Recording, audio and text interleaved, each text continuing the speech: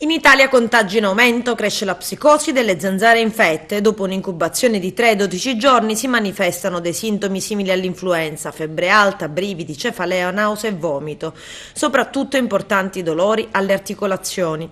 Una malattia febbrile trasmessa da zanzare infette. Si risolve spontaneamente, in genere in pochi giorni, ma i dolori articolari possono persistere anche per mesi.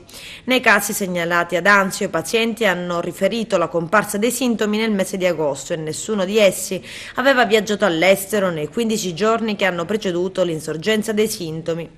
Questo invece è il quadro su Agrigento per il responsabile del settore epidemiologia dell'ASP, Gaetano Geraci. Noi avevamo fino a pochi anni fa un medico che si occupava della medicina dei viaggiatori. Il medico, ahimè, è andato in pensione per raggiungere i limiti d'età, però noi siamo organizzati sotto questo punto di vista e quindi praticamente facciamo in modo di dare delle consulenze, cioè principalmente per i viaggiatori. Cioè perché molti vanno fuori sia per lavoro, per scopi umanitari oppure per scopi anche religiosi, per motivi religiosi e quindi quando vanno fuori magari vengono da noi per sapere quello che devono fare. Noi diamo tutte le indicazioni e siamo sempre disponibili a farlo sotto questo punto di vista, oltre alla sorveglianza sulle malattie infettive, questo lo facciamo sempre, infatti sollecitiamo sempre i medici di medicina generale e gli ospedali a notificare tutte le malattie infettive perché è un obbligo di legge.